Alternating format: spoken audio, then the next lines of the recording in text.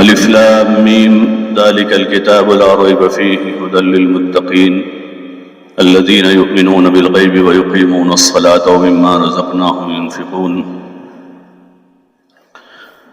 والذين يؤمنون بما أنزل إليك وما أنزل من قبلك وبالآخرة هم يوقنون أولئك على هدى من ربهم وأولئك هم المفلحون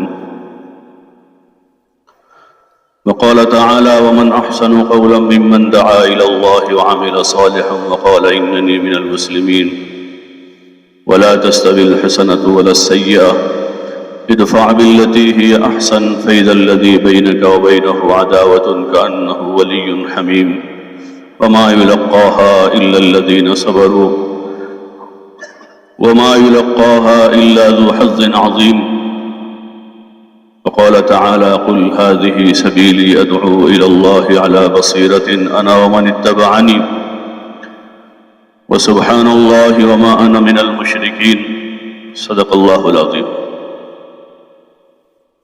محترم دوست اور بزرگوں، اللہ جل جلالہ وعمن والہ کا بے انتہا فضل ہے۔ اس نے ہمیں ایمان جیسی عظیم الشان نعمت عطا فرمائی ہے، اور دین کی نسبت پر ہونے والی اس مبارک محنت میں اللہ پاک نے عملی طور پر شرکت کی ہم سب کو توفیق عطا فرمائی ہے۔ یہ اسی کا فضل ہے، اسی کا کرم ہے، اسی کا احسان ہے کہ بلا استحقاق اللہ پاک نے ہمیں اس مبارک کام کی توفیق عطا فرما دی ہے کہ ہم میں ایسی کوئی صلاحیت، کوئی قابلیت تو ہے نہیں، اسی نے فضل فرمایا اور اسی نے کرم فرمایا ہے، اور ایسے زمانے میں اس کی سمجھ دی کہ ہم اپنا دین سیکھتے ہوئے دنیا میں اللہ کا دین زندہ ہو اس کے لیے فکر کریں، اس کے لیے کوشش کریں، اس کے لیے محنت کریں، اس کے لیے اپنی جان مال لگاویں۔ یہ توفیق اسی کی دی ہوئی ہے، یہ اسی کا ہم پر بڑا احسان ہے۔ اس توفیق پر ہم اس کا جتنا شکر ادا کریں تھوڑا ہے کہ اس نے ہمیں ایک راہ عطا فرمائی، ایک راستے پر چلا دیا۔ اب ہمارے ذمہ ہے کہ ہم شکر کی کیفیت کے ساتھ کام کریں،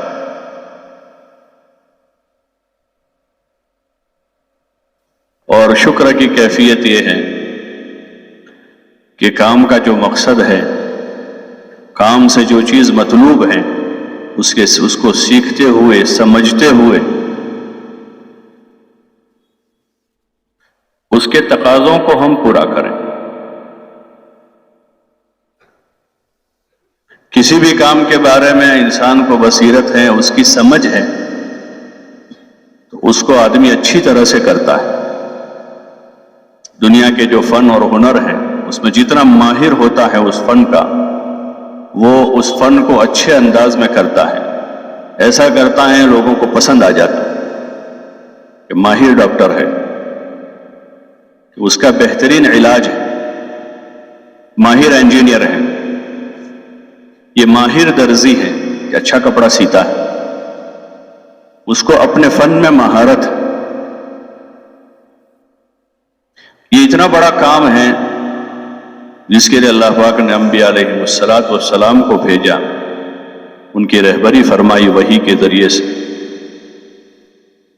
حضور علیہ السلام پر چونکہ اللہ تعالیٰ نے نبوت کا دروازہ بند کر دیا،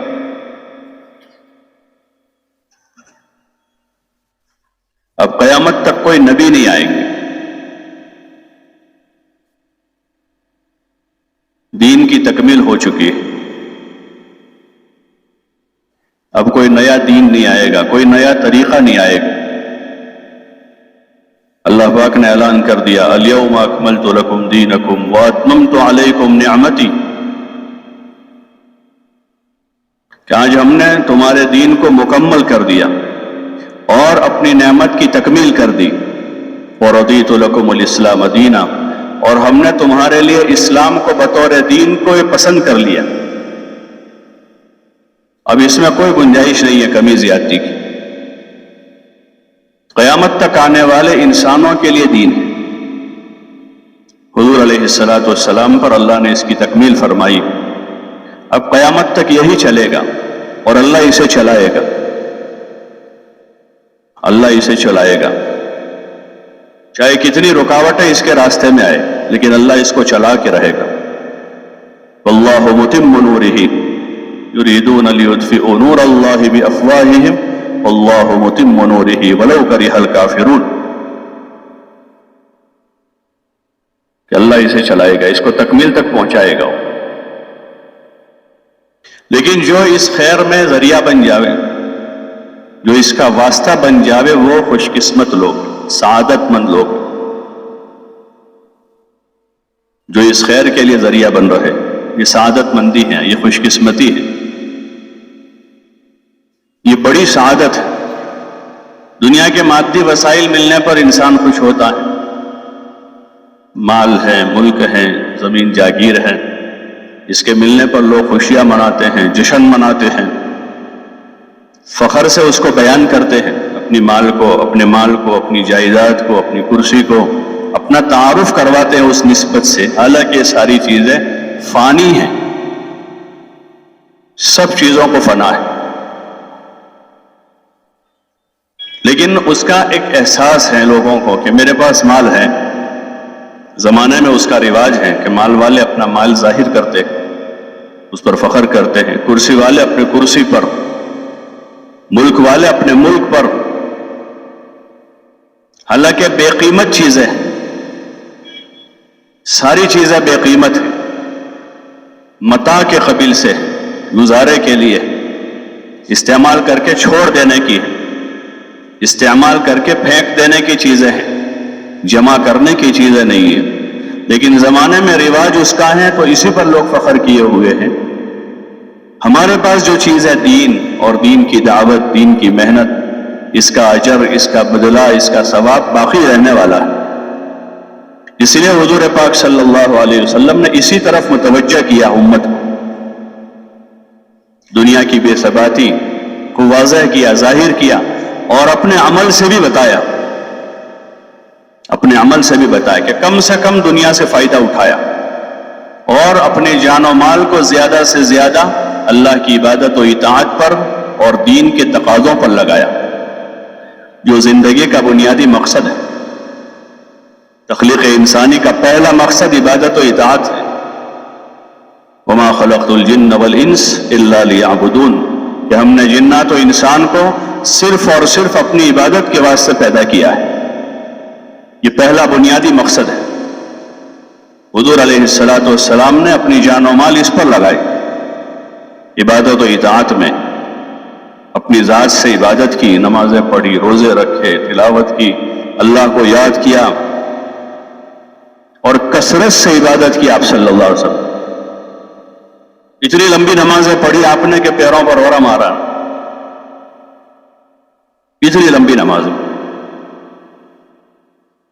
حضرت عائشہ رضی اللہ عنہ نے عرض کیا، یا رسول اللہ، کہ سورہ فتح میں اللہ پاک نے آپ کے لیے تو معافی کا اعلان کیا ہے، پھر آپ اتنی مشقت کیوں اٹھاتے ہیں؟ اس پر حضور علیہ الصلاۃ والسلام نے فرمایا، افلا اکون عبدا شکورا، کیا میں اپنے رب کا شکر گزار بندہ نہ بنوں؟ یہ شکر کی کیفیت کے ساتھ ہے سارا، شکر کی کیفیت کے ساتھ. اتنی عبادت ہے کہ جسم تھک رہا، پیروں پر ورم آ رہا، اور آپ کا صدقہ خیرات کے گھر میں جھاڑو لگ جاتا تھا اور فاقے ہو جاتے تھے. آپ کے پاس جو مال آیا، خوب مال آیا، آپ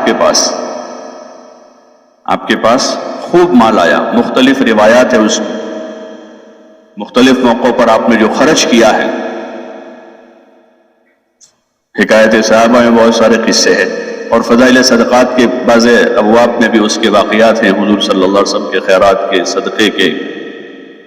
آپ کے پاس مال خوب آیا، لیکن وہ موقع بہ موقع آپ خرچ کرتے رہے، اور ہر وقت آپ اس حال میں ہوتے تھے کہ آپ کے پاس زیادہ سرمایہ نہیں ہوتا تھا، بلکہ وہ مواقع ہوئے زندگی میں کہ آپ مقروض ہیں، آپ کے ذمہ قرض ہے، اور وہ قرضہ گھر بنانے کا نہیں تھا کہ آپ نے کوئی بڑا مکان مدینے میں بنایا قرضہ ہو گیا۔ اس زمانے میں عموماً جو قرضے ہوتے ہیں لوگوں کے، عام متن جو ہوتے ہیں، کہ مکان بنانے میں قرضہ ہو گیا، شادی میں حد سے زیادہ خرچہ کر کے قرضہ کر ڈالا، عید میں حد سے زیادہ کپڑے جوتے خرید کے آدمی مقروض ہوا ہے، خواہشات کے راستے میں اس وقت لوگ مقروض ہو رہے ہیں۔ حضور پاک صلی اللہ علیہ وسلم کا معمول یہ تھا کہ آپ کے پاس جو بھی آتا تھا کسی ضرورت سے، کوئی بیمار آیا، کوئی محتاج آیا، کوئی مسکین آیا، کوئی مسافر آیا، کوئی یتیم آیا، یا اور کوئی مصرف کا ایسا لینے والا آیا ہے، تو آپ علیہ السلام اس کی مدد کرتے تھے۔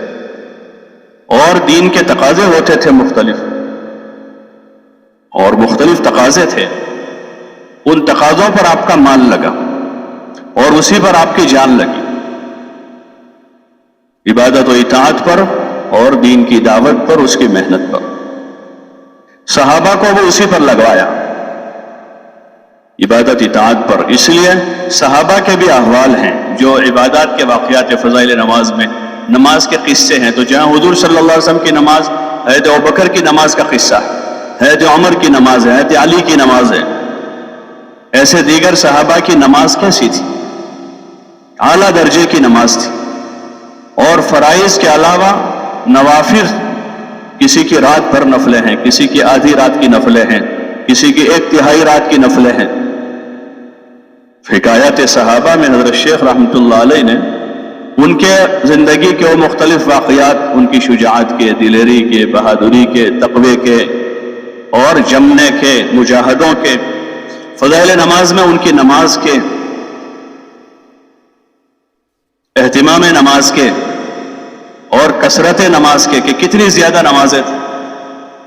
وہی پورا مواد ہمارے فضائل کی کتابوں میں ہے، جو مطلوب ہے۔ اصل امت میں جو چیز زندہ کرنی ہے، وہ حضرت مولانا الیاس صاحب رحمۃ اللہ علیہ نے حضرت شیخ رحمۃ اللہ علیہ کے ذریعے سے فضائل میں وہ چیزیں لکھوائی، ارکان اسلام، ایمان، نماز، روزہ، زکوٰۃ اور حج، جو بنیادی چیزیں ہیں، اسی پر پورے اسلام کی عمارت قائم ہے۔ حدیث میں آتا ہے کہ 5 بنیادیں ہیں، ایمان، نماز، روزہ، زکوٰۃ اور حج۔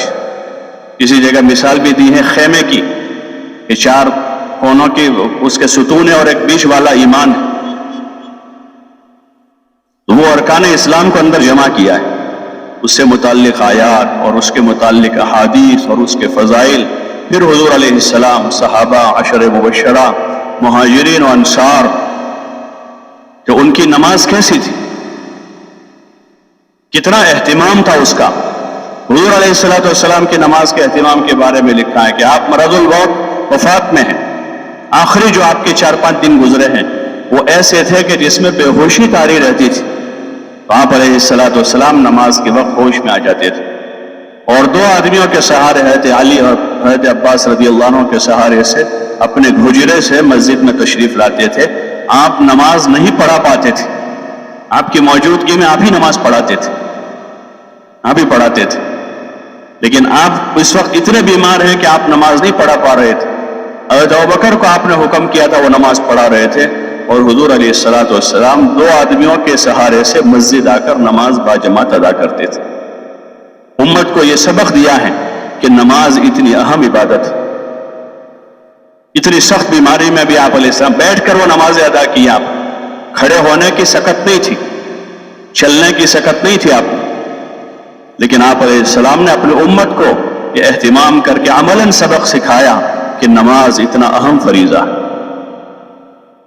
اور آخری وصیتیں جو آپ کی ہیں دنیا سے رخ پردہ فرمانے سے پہلے، اس میں وہی ہے الصلاۃ، نماز کی اہمیت کو اجاگر کر رہا ہے، مزید تاکید کے ساتھ اپنے عمل سے بھی بتایا اور اپنے قول سے بھی بتا رہے ہیں کہ نماز سب سے اہم فریضہ ہے جو کسی حال میں نہیں چھوڑا جا سکتا۔ اور آپ کی زندگی بھر کی عبادتیں، آپ کی نماز، آپ کے روزے، یہ رجب شروع ہو گیا۔ عائشہ رضی اللہ عنہ فرما رہی ہیں کہ حضور علیہ السلام رجب کا چاند دیکھتے ہی دعا پڑھتے تھے، اللہم بارک لنا فی رجب و شعبان وبلغنا رمضان، یا اللہ ہمارے رجب و شعبان میں برکت دے دے۔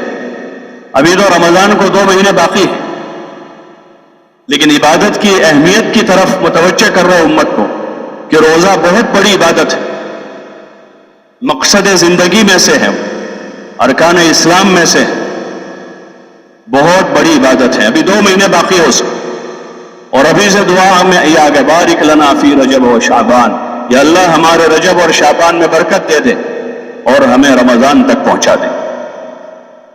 ابھی سے دعا ہو رہی ہے، اللہم سلمنا لرمضان وسلم رمضان لنا، یا اللہ رمضان کے حق میں ہمیں صحیح سلامت کر دے اور رمضان کو بھی ہمارے حق میں خوشگوار بنا دے۔ اس کی اہمیت کو اجاگر کر رہے ہیں۔ کوئی کام اہم ہوتا ہے تو اس کو بہت دنوں پہلے بولا جاتا ہے، بہت دنوں پہلے سنا جاتا ہے، پڑھا جاتا ہے، اس کی تیاریاں ہوتی ہیں۔ تو یہ اصل دین ہے ہمارا، ایمان، نماز، روزہ، زکوٰۃ، حج، اس کو فضائل میں لیا ہے، اس کو فضائل میں لیا، اور خروج کے زمانے میں مقام پر، گھر پر اس کی تعلیم کا ماحول بنایا، جو ہمارے اعمال میں سے ہیں۔ خروج کے زمانے میں مستقل اس کی تعلیم ہے، گھنٹوں بھر۔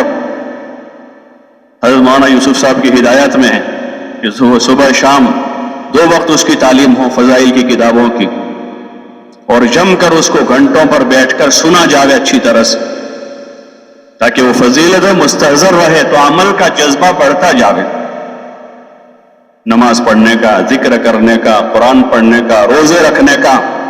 فرض کے علاوہ نفل روزے حضور پاک صلی اللہ علیہ وسلم کثرت سے رکھتے تھے، اور خصوصاً ان مہینوں میں کہ آگے رمضان کی تیاری روزوں سے کر رہا ہے، فرض روزوں کی تیاری نفل روزوں سے کر رہا ہے کہ آگے رمضان میں روزے رکھنے ہیں۔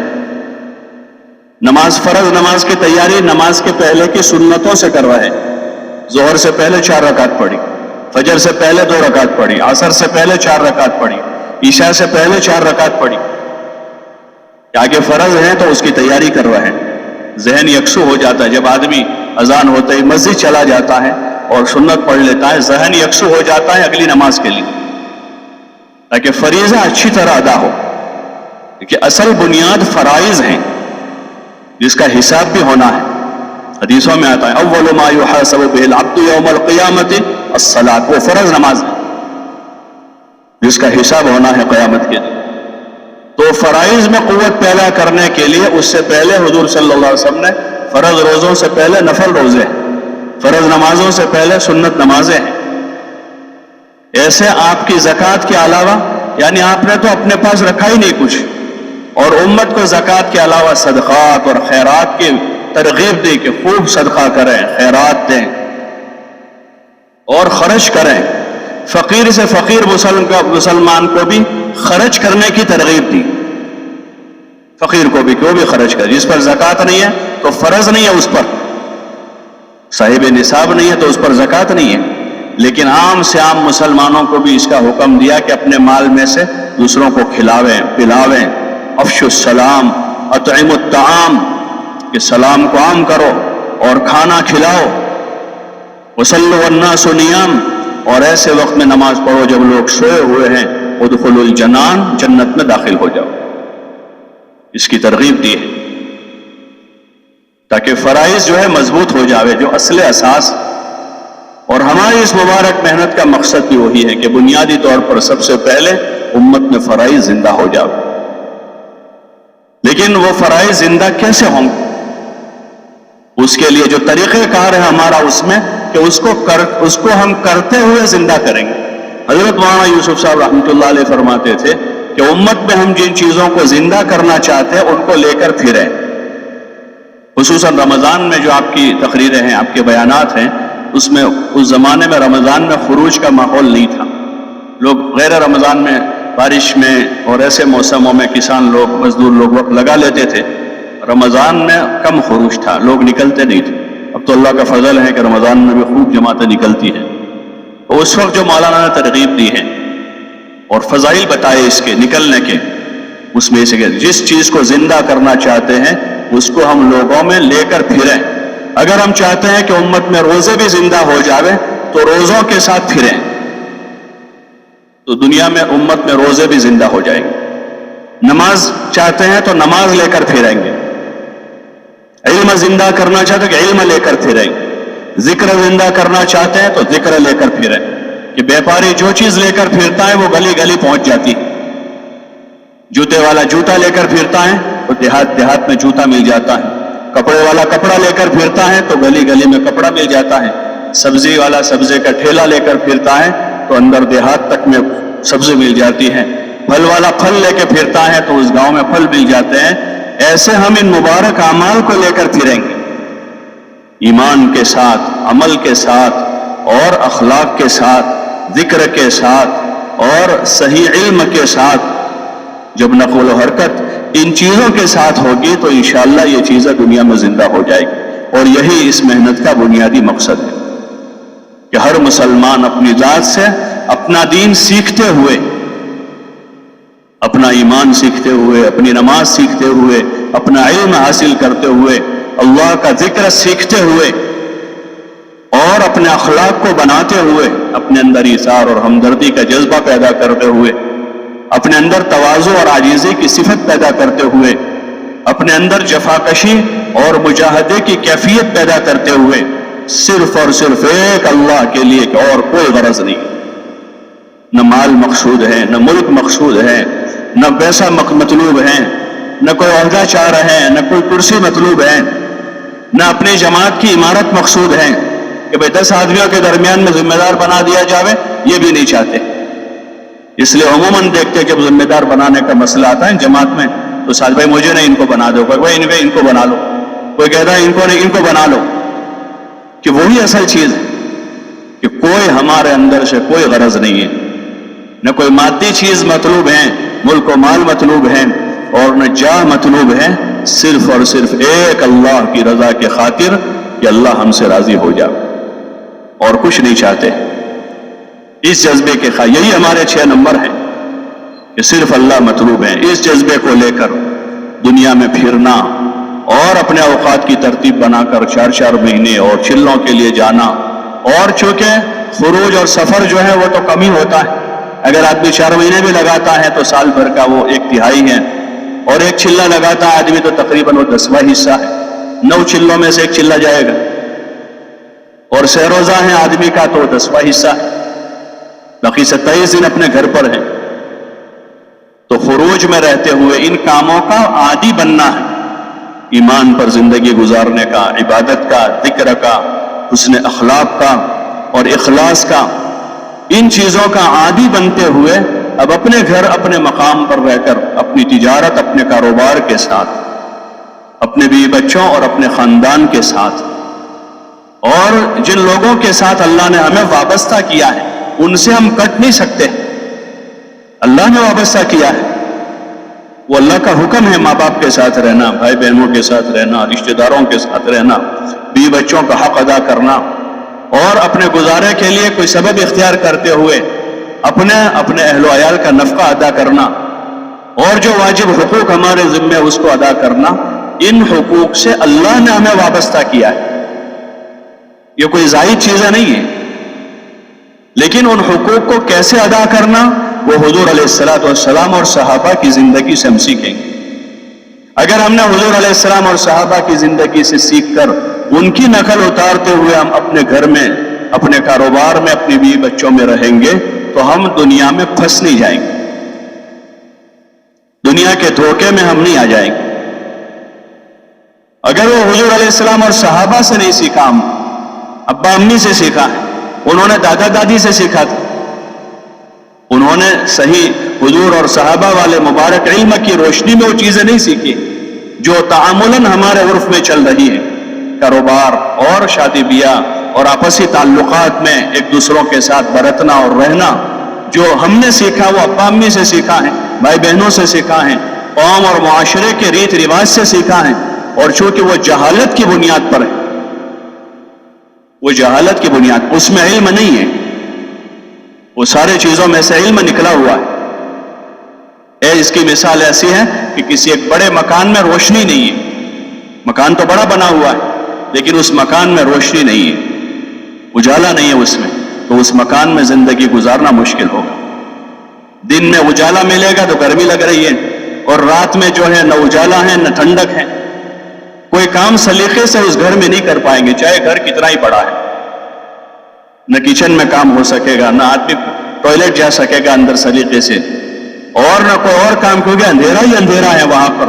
اس وقت ہمارے ماحول اور معاشرے کی مثال ایسی ہی کہ سارا نظام تو ہے, گھر ہیں, کاروبار ہیں, بیوی ہیں, بچے ہیں اور پڑوسی ہیں, شادیاں ہو رہی ہیں, رشتے ہو رہے ہیں, جنازے اٹھ رہے ہیں, سارے کام ہو رہے ہیں, لیکن یہ گھر ایسا ہے جس میں روشنی نہیں ہے علم نبوت کی, جہالت کے ساتھ ہو رہا.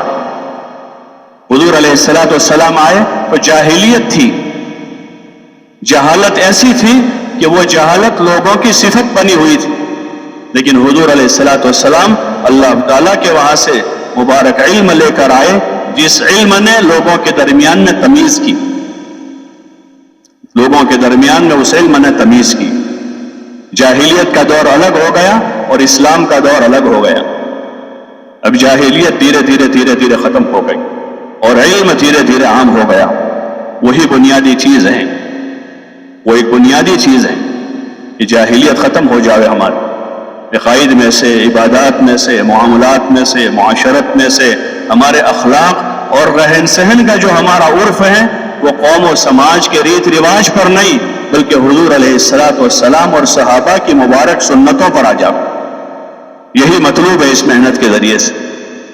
حضرت الیاس صاحب رحمۃ اللہ علیہ یہی چاہتے تھے کہ زندگی کے تمام شعبوں میں دین آ جاؤ, لیکن ابتدا یہاں سے ہوگی, ایمان و نماز سے ہوگی, پھر دھیرے دھیرے طلب بڑھے گی علم کی, اور پھر وہ علم لیتے ہوئے زندگی کے شعبوں میں اس کو داخل کرے گا. اس کو اپنی حقیقت کے ساتھ گھر گھر زندہ کرنے کے لیے بزرگوں نے ہمارے مقامی محنت کا ایک نظام بنایا ہے کہ ہر مسجد کی جماعت چاہے 2 آدمی ہیں, کہیں 5 آدمی ہیں, کہیں 10-20 آدمی ہیں, کہیں 50-100 آدمی ہیں مسجد کی جماعت کے عنوان پر جڑنے والے. یہ جڑ چکے ہیں جنہوں نے کام شروع کر دیا ہے, ورنہ مسجد وار جماعت جو ہے ہمارے محلے کے اطراف میں رہنے والا ہر مسلمان ہمارا مسجد وار جماعت کا ساتھی, چاہے وہ ابھی نماز میں بھی نہیں آ رہا ہے, وہ ہمارا ساتھی, وہ ہمارا بھائی ہے, اس کے اندر اللہ نے صلاحیت رکھی ہے. ہماری نیت میں وسعت ہوگی کہ وہ سب ہمارے ساتھی ہیں. 2 ہیں وہ جڑنے والے ہیں, وہ صرف 2 نہیں ہیں جو باہر 298 مسجد ہیں یا 395 ابھی باہر بچے ہیں, وہ سب جتنے مسجد کے اطراف میں بس رہے ہیں وہ سب ہمارے بھائی ہیں, ہمارے ساتھی. ابھی ان تک بات نہیں پہنچی ہے, یا بات پہنچی ابھی سمجھ میں نہیں آئی ہے. پہلے ہمارا بھی وہی حال تھا. ہم میں سے بہت سے ہوں گے جنہوں نے ایک مدت گزاری ہے, کشٹ والے آتے ہوں گے, جاتے ہوں گے, سنتے رہے, کبھی نہیں بھی سنا. اور ایسے دنیا میں ہزاروں لاکھوں ہیں اس وقت کہ جن کی 15 سال, کسی کی 20 سال, کسی کی 30-40 سال تک کی عمر اسی طرح گزر گئی. ان کے پاس لوگ آتے رہے, جاتے رہے. جب وہ آتے جاتے رہے تو اندر آئے. اگر وہ نہ آتے تو ہمارے پاس پہنچنے کی سبیل کیا تھی؟ اللہ ہی نے ان کو توفیق دی, ہمارے لیے ان کے دلوں میں محبت ڈالی, اور انہوں نے قربانی دے کر اپنی جان مال ہمارے اوپر لگایا, ہمارے پیچھے چکر کاٹے. انہوں نے ظرف بڑا کرا. ابتدائی دور کے جو کام کرنے والے ہیں ان کی سب سے بڑی خوبی یہی تھی کہ وہ ہمدردی اور خیرخواہی کے ساتھ گر رہے تھے. اپنا مقام پر بھی ہمدردی, خیرخواہی, جو بڑی 2 صفتیں ہیں انبیاء کی, بڑی 2 صفتیں نبیوں کی صفتوں میں سے ہیں کہ وہ خیرخواہ ہوتے تھے اور امانت دار ہوتے تھے. یہ 2 بڑی صفتوں کے ساتھ انہوں نے کام کیا ہے. وہ جو ہے عیسیٰ علیہ السلام کے بھیجے ہوئے حواریین گئے وہاں پر انطاکیہ میں, تو وہاں بھی حبیب النجار جو وہاں کے بڑے بزرگ تھے اس زمانے کے, جب قوم کو انہوں نے دعوت دی تو ان کے ساتھ الجھ گئے. وہ قوم ان کے ساتھ الجھ گئی, ان داعیوں کے ساتھ. ان کو پتا چلا کہ بھائی کچھ مسئلہ ہوگا, ہوتا ہے بھائی جماعت آئی ہے, مسئلہ ہو جاتا ہے, غیر مانوس بستی ہے, اور جماعت کو بستی والے کہہ رہے بھائی تم یہاں مت رہو, مت ٹھہرو, آگے جاؤ یہاں سے, یہاں نہیں کام کرنے دیں گے. مسائل ہوتے ہیں. پھر کوئی سمجھدار آدمی ہوتا ہے, کوئی ذی علم آدمی ہوتا ہے, وہ دیکھتا ہے کہ بھائی یہ غلط کر رہے ہیں, بیچ میں پڑھتے ہیں وہ, بھائی نہیں ایسا مت کرو, یہ تو اچھے لوگ ہیں. تو اس طرح وہاں بھی ہوا ان کی بستی میں. تو حبیب النجار جو تھے وہ بڑے عابد زاہد آدمی تھے, عبادت گزار تھے, اپنے غار میں تھے. ان کو پتا چلا تو آئے واس اور انہوں نے دیکھا کہ بھئی کیا مسئلہ ہے، کہ یہ لوگ آئے ہیں اس طرح کی بات کر رہے ہیں، توحید کی بات کر رہے ہیں، اللہ کی طرف بلا رہے ہیں، تو اس وقت انہوں نے اپنی قوم کو مشورہ دیا، اتبعوا من لا يسألكم اجرا وهم مهتدون، کہ تم ان کا اتباع کر لو، یہ اچھے لوگ ہیں، یہ تم سے کچھ مانگتے نہیں ہیں، من لا يسألكم اجرا، کہ تم سے کوئی سوال نہیں ہے ان کا، اور یہ ہدایت یافتہ لوگ خود بنے ہوئے ہیں، ہدایت یافتہ لوگ ہیں، اور تم سے کوئی سوال نہیں ہے ان کا۔ یہی ہماری محنت کی بنیاد ہے کہ کوئی سوال نہیں ہے، کسی سے کوئی غرض نہیں، اور نصیحت کا انداز ہے اس میں، خیرخواہی کا انداز ہے، انی لکم ناصح امین، کہ میں تمہارا امانت دار خیرخواہ ہوں، کہ کوئی غرض نہیں ہے کسی سے، اور سب کے ساتھ خیرخواہی ہے، جیسے باپ کی اور ماں کی اپنی اولاد کے ساتھ خیرخواہی ہوتی ہے، تو بچہ چاہے کتنا ہی نکما ہو، سب پتہ ہے ماں باپ کو اس کی پوری تاریخ اور جو حال ہے وہ بھی پتہ ہے، لیکن ذرا برابر بچے کی وہ بدگوئی نہیں کرتے، اس بچے کے متعلق کوئی اگر بری بات کہے تو فوراً ناراض ہوتے ہیں اور ان کی فیور میں آ جاتے ہیں، وہ خیرخواہی ظاہر ہوتی ہے، بچہ برا ہے اور بدکار ہے لیکن اس کے والدین اس کو برداشت نہیں کرتے، وہ خیرخواہی کے ظاہر ہو جاتی۔ ایسے امت کے جو احوال ہیں، دین سے دوری ہیں، بیزاری ہیں یا جو کچھ بھی ہیں، تو اس میں اپنے مقام پر رہ کر خیرخواہی کی اس صفت کے ساتھ اپنی جان اور مال لے کر اپنی مسجد کے اطراف میں جتنے مسلمان آباد ہیں ان کی فردن فردن ملاقاتوں کا نظام بننا چاہیے۔ اور اللہ کا فضل ہے کہ ایسی ملک بھر میں بہت ساری مسجدیں ہیں جن مسجد کے ساتھیوں نے، چاہے وہاں کام کرنے والے کم ہیں، بعض مرتبہ شیطان یہ دھوکہ دیتا ہے کہ ہم دو آدمی ہم کیا کریں، ہم دو ہی آدمی ہیں۔ حضور علیہ السلام مکے میں اکیلے تھے، آپ نے جب کام شروع کیا آپ اکیلے تھے، ایک کے 2 ہوئے، 2 کے 5 ہوئے، 5 کے 9 ہوئے، اور بڑھتے بڑھتے بڑھتے دھیرے دھیرے دھیرے آگے بڑھے، اور 13 سال مکے میں گزارے آپ نے، 13 سال، صبح شام رات دن، کبھی یہاں کبھی وہاں، یہ وہی محنت ہے کہ لوگوں کے پاس ایک ایک کے پاس جا کر سمجھنا سمجھانا اچھی طرح سے، اور اسی وقت قابو میں آئے گا جب فردن فردن ہم ملاقاتیں کریں گے، اور ہمارا کام محدود نہیں ہے چند لوگوں پر کرنے کا، اس لیے نظام ایسا ہوگا جو ہمیں بزرگوں نے پہلے دن سے سمجھایا کہ ہر گھر کے ہر فرد کی ملاقات کا نظام بنائیں گے۔ 2 آدمی ہیں تو وہ 2 شروع کریں، ان کے پاس 10 نہیں ہے، 5 جماعتیں نہیں بن رہی ہیں، 10 ہوتے تو 2 کی 5 جماعتیں بنا لیتے، لیکن 2 ہی ہیں، یہ 2 آدمی ہیں تو 2 اپنا کام شروع کر، ایک ہے ایک آدمی اپنا دوسرا آدمی بناوے، کوئی اکیلا ہے کوئی نہیں ہے اس کے ساتھ تو اپنا دوسرا آدمی بنا لے، اب 2 ہو گئے ہیں تو 2 مل کر اپنا کام شروع کریں، اور ہر گھر کے ہر فرد کے پاس ملاقات کرنی۔ میاں جی محراب صاحب رحمۃ اللہ علیہ فرماتے تھے کہ ہر 15 دن میں ایک مرتبہ ضرور ہر مسلمان سے ملاقات کریں اور بیٹھ کر ان سے بات کریں، جو ہمارے مقامی محنت کا بنیادی ایک کام ہے، روزانہ کا 2.5 گھنٹہ سارے ساتھی جتنے جڑنے والے سب کو آمادہ کریں، اس کے لیے سب کو ترغیب دیں، سب کو تیار کریں، اور یہ 2.5 گھنٹہ صبح سے شروع کر دیں۔ صبح اگر ہمارے پاس 1 گھنٹہ ہے تو صبح 1 گھنٹہ لگا دیں، 1.5 گھنٹہ بچائیں وہ دوپہر میں شام میں لگا لیں، ورنہ بہت سی جگہوں پر 2.5 گھنٹہ یعنی شام کو عصر بعد یا مغرب بعد یا عشاء بعد، تو شام کا ایک دن پہلا گشت ہے، ایک دن دوسرا گشت ہے، ایک دن ہفتہ واری اجتماع ہے، ایک دن ہفتہ واری مشورہ ہے، 4-5 دن ہفتے کے اسی میں چلے جاتے، تو پھر ہماری ملاقاتیں 100% نہیں ہو پاتی، تو کام محدود رہتا ہے، چند لوگوں پر ہمارا کام پھرتا رہتا ہے، 5%، 10%، ہر گھر تک پہنچنا نہیں ہو رہا ہے، تو جو ہوٹل پر، چوراہے پر، پان کے گلے پر، جو مسجد کے باہر ہوتے ہیں انہی پر گشت ہوتے رہتے ہیں، چاہے عمومی گشت ہو چاہے اس طرح کی ہماری روزانہ کی ملاقاتیں ہو، تو ہمارا جو کام ہے وہ 2، 5، 10% سے آگے نہیں جاتا، حالانکہ ہمارا کام امت کا ہے، 100% لوگوں تک پہنچنا ہے۔ پہلا کام تو ہمارا یہ ہے کہ ہم دین، ایمان، اعمال، اخلاق، آخرت کی بات لے کر ہم 100% لوگوں تک پہنچنے کا نظام بنائیں گے، اور نظام بنانے کے لیے اگر 2 ہی آدمی ہیں تو 2 کی 1 ہی جماعت بنا لیں، 4 آدمی ہیں 2 کی 2 جماعت بنا لیں، 6 آدمی ہیں 2 کی 3 جماعتیں بن جائے گی، اور ان ملاقاتوں میں ہمیں کوئی لمبی چوڑی تقریر تو کرنی نہیں ہے. بعض مرتبہ یہ مسئلہ ہوتا ہے کوئی بات کرنا نہیں آتا ہے, نیا ساتھی ہے, نیا, وہ کب تک نیا رہے گا؟ وہ پیدا ہو کر 20 سال کا ہو گیا ہے, پیدا ہو کر 20 سال کا ہو گیا ہے. وہ ایک سال سے ابا کی دکان پر بیٹھنے جاتا تھا, اب آدھا تاجر بن چکا ہے. اور دوسرے سال وہ اپنی تجارت خود شروع کر دی اس نے, لیکن تبلیغ میں نیا کا نیا ہی رہا. وہ کہ وہی لڑکا گھر میں پیدا ہوا 5 سال کا, 10 سال کا, 20 سال کا ہو گیا. اسکول میں گیا تھا, لکھنا نہیں جانتا تھا, پڑھنا نہیں جانتا تھا, وہ لکھتا پڑھتا ہو گیا.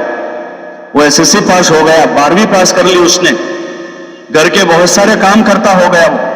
لیکن ابھی ہمارے پاس نیا کا نیا ہی ہے وہ. جب تک وہ کام میں مشغول نہیں ہوگا کام نہیں سیکھے گا.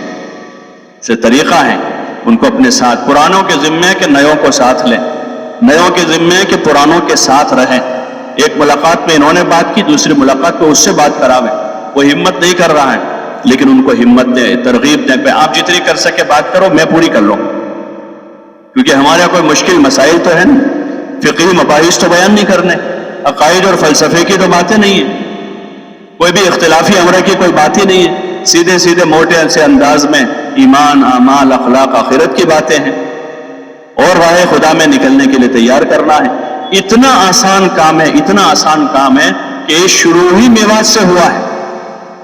کہ جہاں کے لوگ ان پڑھ تھے, جہاں کے لوگ بالکل ان پڑھ تھے, جن کے پاس دین کا کوئی علم نہیں تھا, وہاں سے شروع ہوا. اور وہاں کے لوگوں کو جو بنیادی باتیں کرنی تھی وہ اسی طرح سینہ بسینہ سکھائی گئی, اور انہوں نے جا کر پوری دنیا میں کام کیا. اس لیے اس کو آسان بنا کر پیش کرنا ہمارے ذمے, آسان بنانا ہے. اس کو ایمان کی بات اللہ کرتا ہے, اللہ کھلاتا ہے, اللہ پالتا ہے, یہ کوئی مشکل مذاکرہ نہیں ہے, ایمان کی بات ہے. حضور صلی اللہ علیہ وسلم کے طریقے میں کامیابی ہے. آپ والے مبارک طریقے پر عمل کریں گے تو اللہ ہم سے راضی ہو جائے گا. موٹا سا جملہ ہے لیکن بہت بڑی بات ہے. ان کنتم تحبون اللہ فاتبعونی یحببکم اللہ. کہ حضور والے طریقوں پر زندگی گزاریں گے, اللہ خوش ہو جائے گا, اللہ ہم سے محبت کرے گا, اور اللہ خوش ہو جائے گا تو دنیا آخرت کے ہمارے مسئلے حل ہو جائیں گے. اس کے لیے حضور والا مبارک طریقہ ہے. اللہ پاک نے ہم پر نماز کو فرض کیا ہے. نماز پڑھنے پر اللہ نے بڑے بڑے انعامات کا وعدہ کیا ہے. جو آدمی بھی 5 وقت کی نماز پڑھے گا, حدیث پاک میں آتا ہے اللہ جل جلالہ نے ارشاد فرمایا کہ میں اپنی ذمہ داری سے اسے جنت میں داخل کروں گا. یہ بات نیا سے نیا آدمی کر سکتا ہے. ایسے علم کے فضائل ہیں, اللہ کے ذکر کے فضائل ہیں. کوئی اختلافی بات نہیں ہے, کوئی فلسفے کی بات نہیں ہے, کوئی فقہی مباحثہ نہیں ہے. موٹے موٹے انداز میں ہر گھر جا کر ایک ایک مسلمان سے ہماری یہ باتیں ہوں, گھر گھر یہ باتیں شروع ہو جائیں. اس وقت مادے کی باتیں ہو رہی ہے, کپڑے کی, جوتے کی, لوہے کی, لکڑے کی, کھیل کود کی, اور پتہ نہیں کیا کیا دنیا میں ہو رہا ہے. جو ساری باتیں ایسی ہیں کہ جس پر کوئی رحمتیں اترنے والی نہیں, اور یہ باتیں ایسی ہیں جو دنیا آخرت میں کوئی کام کی باتیں نہیں, زائد باتیں ہیں. اس کے مقابلے میں یہ باتیں اللہ کی بات ہیں, اللہ کا ذکر ہے, اللہ کی بڑائی بولی جا رہی ہے, اللہ کی عظمتوں کو بولا جا رہا ہے گلیوں میں, بازاروں میں اور گھروں میں جا کر, اور حضور علیہ السلام کے مبارک طریقے میں کامیابی کو بولا جا رہا ہے. جہاں دنیا لوہے لکڑے میں کامیابی بتا رہی ہے, اور جہاں پتہ نہیں کیسی کیسی صورتیں اور شکلیں پیش کی جا رہی ہیں, جس کی طرف متوجہ کیا جا رہا ہے, تصویروں کی طرف اور دیگر ایسی قسم کی چیزیں مختلف ذرائع سے جہاں پیش کی جائے, جہاں ذہن دماغ الجھ رہے ہیں, اس ماحول میں جا کر اللہ کو بولنا یہ بہت بڑی بات ہے. جہاں مادہ ہی مادہ دل و دماغ پر غالب ہیں, وہاں جا کر آخرت کو بولنا, اور وہاں جا کر جنت کا تذکرہ کرنا کہ اللہ نے جنت میں ایمان والوں کے لیے نعمتیں تیار کر رکھی. یہ ہماری محنت ہے اور یہ روزانہ کا کام ہے. اس لیے ہمارا روزانہ کم از کم 2.5 گھنٹہ, ورنہ جتنی اللہ توفیق دے 3 گھنٹے 4 گھنٹے. جن لوگوں کو محنت کا تھوڑا چسکا لگا ہے وہ 2.5 گھنٹے کے پابند نہیں ہیں, ان کے 4 گھنٹے, 5 گھنٹے, 8 گھنٹے, 10 گھنٹے, بلکہ وہ اپنے نظام زندگی میں فارغ ہو کر دھیرے دھیرے دھیرے دھیرے اپنا زائد وقت اللہ کی عبادت و اطاعت میں اور دین کی دعوت میں لگانے پر پڑے ہوئے. وہ سعادت مند ہیں. وہ خوش قسمت لوگ ہیں کہ جن کو اللہ نے یہ توفیق دے دی کہ ان کی زبانوں پر صبح شام اللہ کا نام جاری ہے، ان کی زبانوں پر صبح شام حضور کے طریقوں میں کامیابی کے بور جاری ہو رہے ہیں، اور جن کی زبانوں پر آخرت ہے، اس محنت سے مطلوب ہے کہ ہماری زبانوں پر یہ چیزیں جاری ہو جاوے، اس لیے کہ کوئی بھی چیز زندہ ہوتی ہے سب سے پہلے اس کے مذاکرے ہوتے ہیں، اس کی باتیں ہوتی ہیں پہلے۔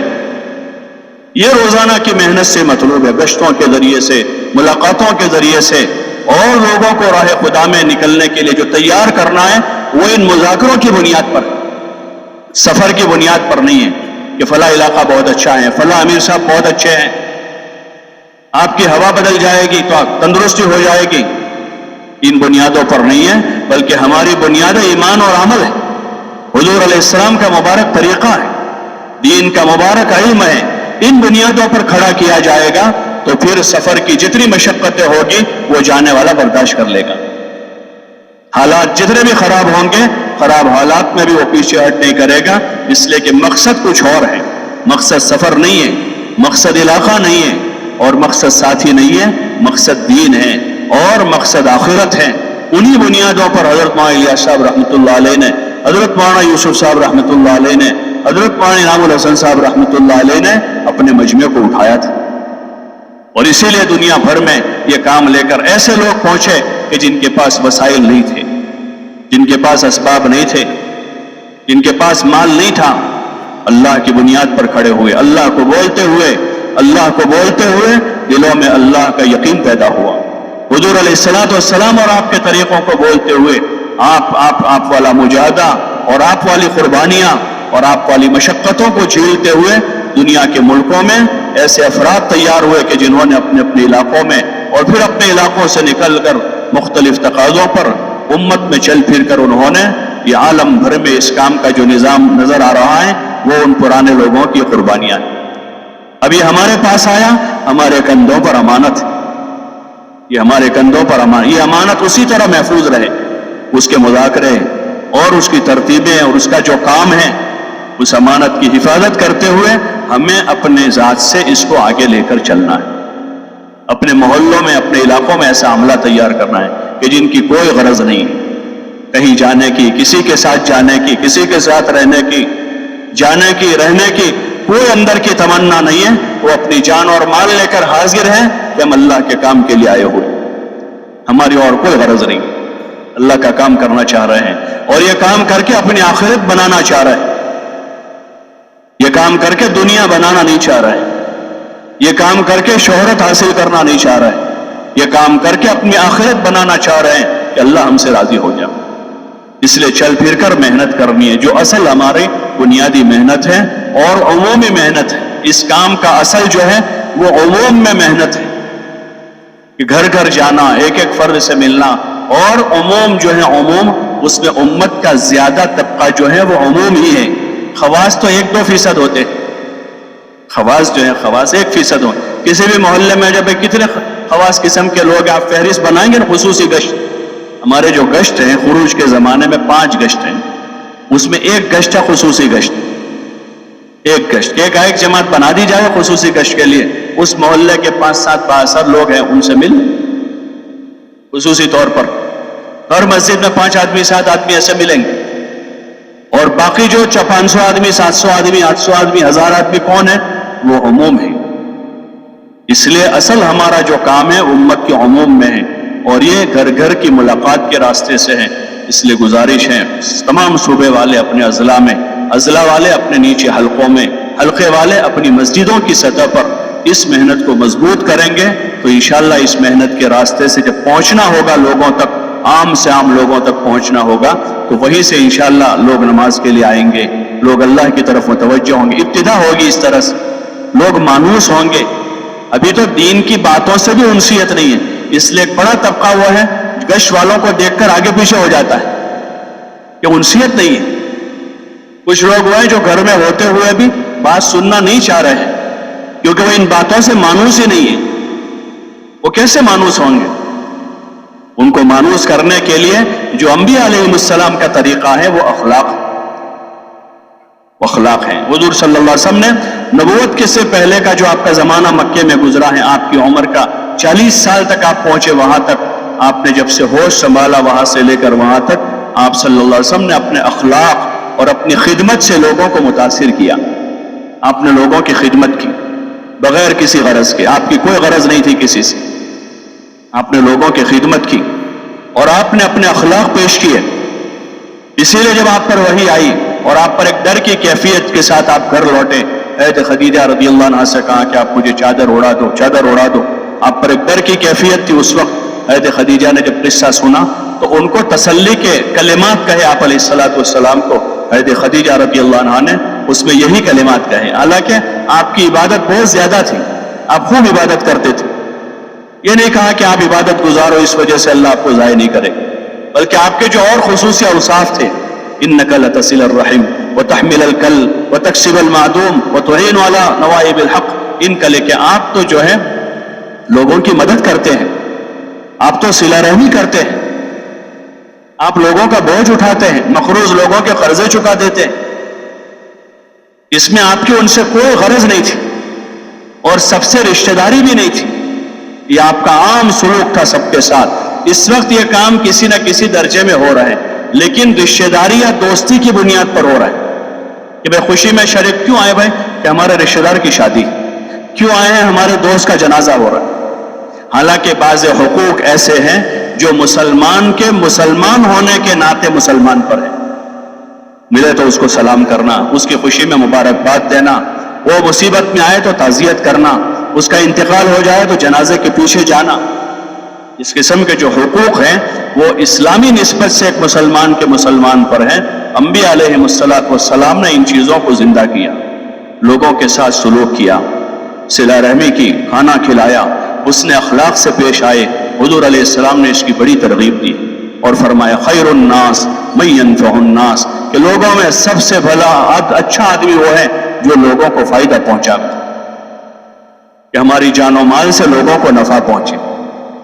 اس سے دعوت کی فضا ہموار ہوگی، دعوت کے لیے زمین ہموار ہوگی. جیسے کسان زمین ہموار کرتا ہے پھر اس کے بعد دانہ ڈالتا ہے، تب تو وہ دانہ کارآمد ہوتا ہے، اگتا ہے.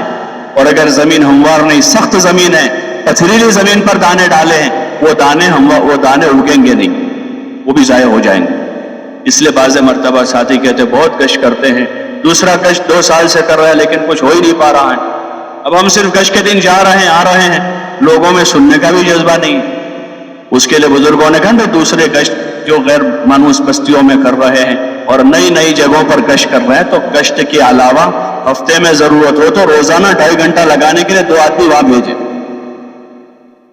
روزانہ اس مسجد کے 2 آدمی وہاں 2.5 گھنٹہ لگاوے جہاں گشت کرنا ہے. روزانہ لوگوں سے دعا سلام کرے، خیر خیریت پوچھے، کوئی بیمار ہوا عیادت کر لے، کوئی مصیبت میں تعزیت کر لے، کوئی جنازہ ہے وہاں شریک ہو جاوے، آگے سے ان کی خوشی غمی میں شرکت کر لے. اللہ نے ہمیں استعداد دی ہے، ہم ان کا تعاون کر سکتے ہیں تو اس حساب سے ہم ان کے مددگار بنے، ہم مددگار بنے ان کے. تو پھر وہاں جگہ بنے گی، 1 آدمی 2 آدمی 5 آدمی 10 آدمی تیار ہوں گے اور ہفتے میں 1 دن گشت کے لیے بھی جائیں گے ساتھ. تو اس طرح وہاں زمین میں نرمی آئے گی اور پھر دھیرے دھیرے اسی جگہ پر ان میں استعداد ہے، ان میں صلاحیت ہے، وہ ہم سے زیادہ کام کریں گے.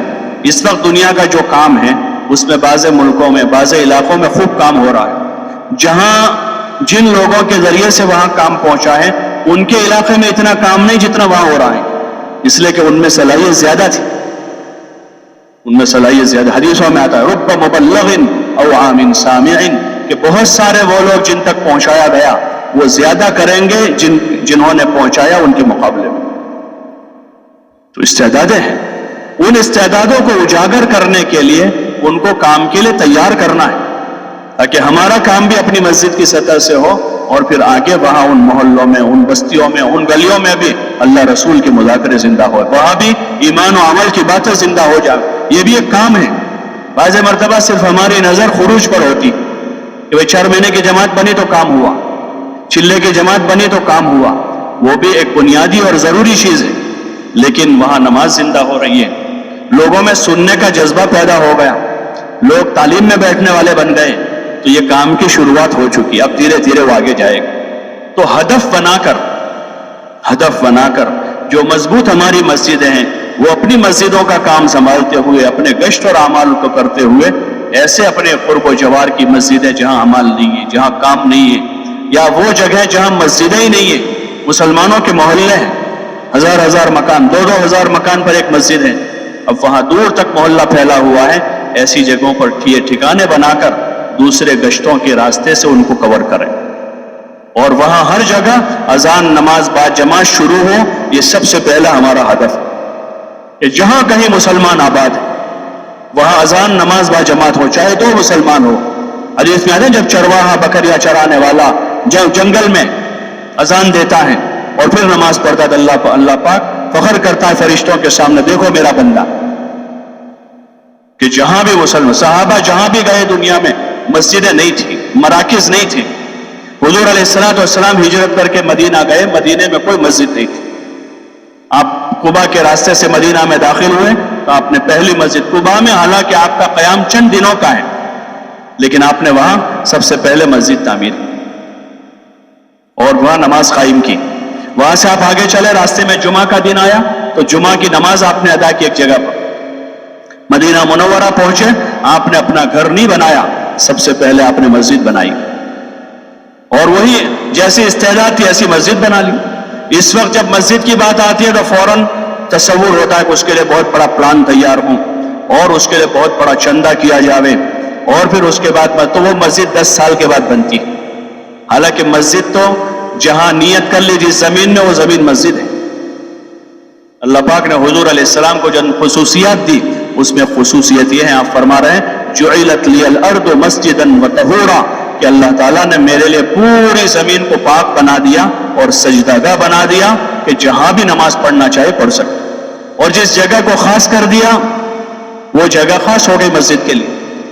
تو اس لیے ہماری کوشش ہو یہ کہ ہر جگہ یہ دوسروں گشتوں کے راستے سے ایسی نئی جگہوں پر بھی جو ہے اذان نماز با جماعت کا نظام قائم، اور پھر اس کے ساتھ جہاں وہاں نماز شروع ہوئی کسی ایک نماز کے بعد فضائل کی تعلیم کا حلقہ لگ جائے، وہی لوگ جو تعلیم میں بیٹھنے والے انہی کو تیار کر کے ترغیب دے کر آمادہ کر کے فضائل بتا کر ان کی مسجد کی جماعت بنا لیں۔ یہ مسجد جو وہاں گشت کے لیے جا رہی ہے، 1 مہینہ مسلسل وہاں ان کے ساتھی پہنچے، اللہ کی ذات سے امید ہے 5 7 10 آدمی وہاں سے 3 دن کے لیے ضرور تیار ہو جائیں گے، لیکن ان کا اگر ہدف ہے تو تیار ہو۔ 2 آدمی ان کے 8 آدمی وہاں سے تیار ہوئے، ان کو ساتھ لے کر ان کے سہ روزے لگوا دیے اور موٹی چیزیں ان کو سکھا دی، اذان کہنا، نماز کی 2 4 صورتیں ان کو سکھا دی تاکہ ان کی نماز صحیح ہو گئی، اور ان کو تعلیم کا طریقہ سمجھا دیا، ان کو اپنے ساتھ ملاقات میں لے جا کر موٹی دین کی بات کرنے کا طریقہ بتا دیا۔ یہ مسجد اور جماعت عملی طور پر کام سیکھ کر آ گئی۔ اب ان کے ذریعے سے اس مسجد میں، یا وہاں مسجد نہیں تھی، کوئی گھر میں یا کوئی ٹھکانے پر وہاں نماز بھی شروع ہو گئی، اعمال بھی شروع ہو گئے۔ تو ضرورت اس کی ہے کہ جتنی ہماری مسجدوں میں کام ہے، چاہے 5 آدمی مسجد اور جماعت یا 50 آدمی ہے، وہ احساس کمتری میں نہ رہے۔ 5 ہیں وہ یہ نہ سمجھے کم تھوڑے ہیں، وہ ابتدائی دور کے اسلام کے واقعات پڑھیں، وہ مدینہ میں حضرت مصعب بن عمیر کی محنت کو پڑھیں، 1 سال مدینہ میں رہے، ایک اکیلے آدمی مکہ مکرمہ سے گئے تھے، چند ان کی نصرت کرنے والے وہاں تھے، انہوں نے مل کر محنت کی۔ روایت میں حیات الصحابہ میں مولانا یوسف صاحب نے روایت نقل کی ہے کہ حضور کی ہجرت کے وقت مدینہ کے گھروں میں سے کوئی گھر ایسا باقی نہیں تھا جہاں اسلام نہ پہنچ چکا ہو۔ 1 سال کی محنت، اس میں کوئی اجتماع مدینے میں نہیں ہوا۔ ابھی فوراً ذہن اسی طرف جاتا ہے، تھوڑا سا کام ہوا فرق ہے، ہمارے ضلع کا اجتماع ہو جاوے، ہمارے ضلع میں کوئی جوڑ ہو جاوے، کوئی بڑا اجتماع ہو جاوے۔ مدینے میں وہ 1 سال جو محنت ہوئی وہ انفرادی محنت ہے پوری، کوئی اجتماع نہیں ہوا ہے، کوئی جوڑ نہیں ہوا ہے، اور گھر گھر میں اسلام پہنچ چکا ہے۔ یہ طاقت ہے اس محنت کی۔ حضور علیہ السلام کی جو 13 سالہ مکی محنت میں کوئی اجتماع نہیں ہے، وہاں کوئی مسجد نہیں ہے، ایک مسجد حرام ہے، وہاں بھی داخلہ ممنوع ہے۔ حضرت عمر کے اسلام تک تو کھل کر وہاں نماز نہیں پڑھ پاتے تھے، مشہور واقعہ ہے حکایت صحابہ میں حضرت شیخ نے لکھا ہے۔ تو حضور علیہ السلام کی محنت کا کیا روپ تھا؟ آپ بازاروں میں جاتے تھے، گلیوں میں جاتے تھے، محلوں میں جاتے تھے، کوئی مسجد نہیں ہے وہاں، آپ کی پوری دعوت مسجد کے باہر ہے۔ 13 سالہ دعوت ہے آپ کی مکے کی. کبھی عکاظ اور ظلم جنہ کی بازاروں میں آپ، اور کبھی مینا میں ہیں، اور ایک ایک کی خوشامد کر رہے ہیں. من یؤوینی من ینصرنی حتی ابلغ رسالۃ ربی ولہ الجنہ، کہ کون مجھے ٹھکانہ دے گا، کون میری مدد کرے گا تاکہ میں اپنے رب کا پیغام پہنچاؤں اور اللہ اسے جنت دے گا. جنت کی بنیاد پر کھڑا کر رہا ہے، اور کوئی وعدہ نہیں کہ اللہ جنت دے گا اسے. اسی بنیاد پر آپ بات کر رہے ہیں، اور اس محنت پر حالات آ رہے ہیں، آپ پر بھی اور آپ کے ماننے والوں پر بھی. آل یاسر پر اتنے حالات آئے کہ آپ علیہ السلام جب ان کے گھر کے وہاں سے گزرتے تھے تو آپ کے آنکھوں میں آنسو آ جاتے تھے. لیکن اس پر آپ یہ نہیں کہ چلو بیچاروں پر بڑے حالات آ گئے، اب کیا کریں، اب چھوڑ دو بھائی، تم ایک طرف ہو جاؤ، یکسو ہو جاؤ. ان کو یہ سبق نہیں پڑھایا، بلکہ حضور علیہ السلام نے فرمایا صبرن یا آل یاسر، صبرن یا آل یاسر ان موعدکم الجنہ. آل یاسر صبر کرتے رہنا، جو حالات تمہارے اوپر ہیں ان حالات میں صبر کرنا. ہمارا تمہارا جو وعدہ ہے وہ جنت کا ہے، ہمارا کام جو ہے وہ جنت کی بنیاد پر ہے، کہ ہمارا تمہارا وعدہ جنت کا ہے. لوگوں کے حالات دے کر، کیونکہ آپ بہت رقیق القلب تھے، آپ بڑے رقیق القلب تھے، لوگوں کے حالات دیکھ کر آپ کی آنکھوں میں آنسو آ جاتے تھے. لیکن چونکہ اصل مقصد کی طرف جانا تھا، مقصد کی طرف کھڑا کرنا تھا، اور مقصد ہمارا جنت ہے، تو اس لیے آپ علیہ السلام نے صبر کی تلقین کی. تو اس طرح گشتوں کے راستے سے ہمیں اپنے قرب و جوار کو کور کرنا ہے، اور سہروزہ کے راستے سے قرب و جوار کی بستیاں 10 20 25 50. پہلے زمانہ تھا سواریوں کی قلت ہوتی تھی یا تیز رفتار سواریاں نہیں تھی، تو سہروزہ جماعتیں جو تھی وہ چند کوس کے فاصلوں تک جاتی تھی. اب اللہ کا فضل ہے، کام کی شکلیں بھی بنی ہیں، سواریاں بھی آئی ہیں، تو اب جماعتیں حلقوں کی حلقوں میں نہ پھریں. ابھی بہت سارے علاقے ہمارے ہیں جن کا سہروزہ کا اور دوسرے گشتوں کا جو ایک سرمایہ ہے بڑا، یعنی مثلا 100 مسجدیں دوسرا گشت کر رہی ہے، لیکن وہ 100 مسجدیں 50 مسجدیں 50 میں جا رہی ہیں، میری مسجد والے ان کی مسجد میں جا رہے ہیں، وہ میری مسجد میں آ رہے ہیں. اس دوسرے گشت کے ذریعے سے کام کو کوئی ترقی نہیں ہو رہی.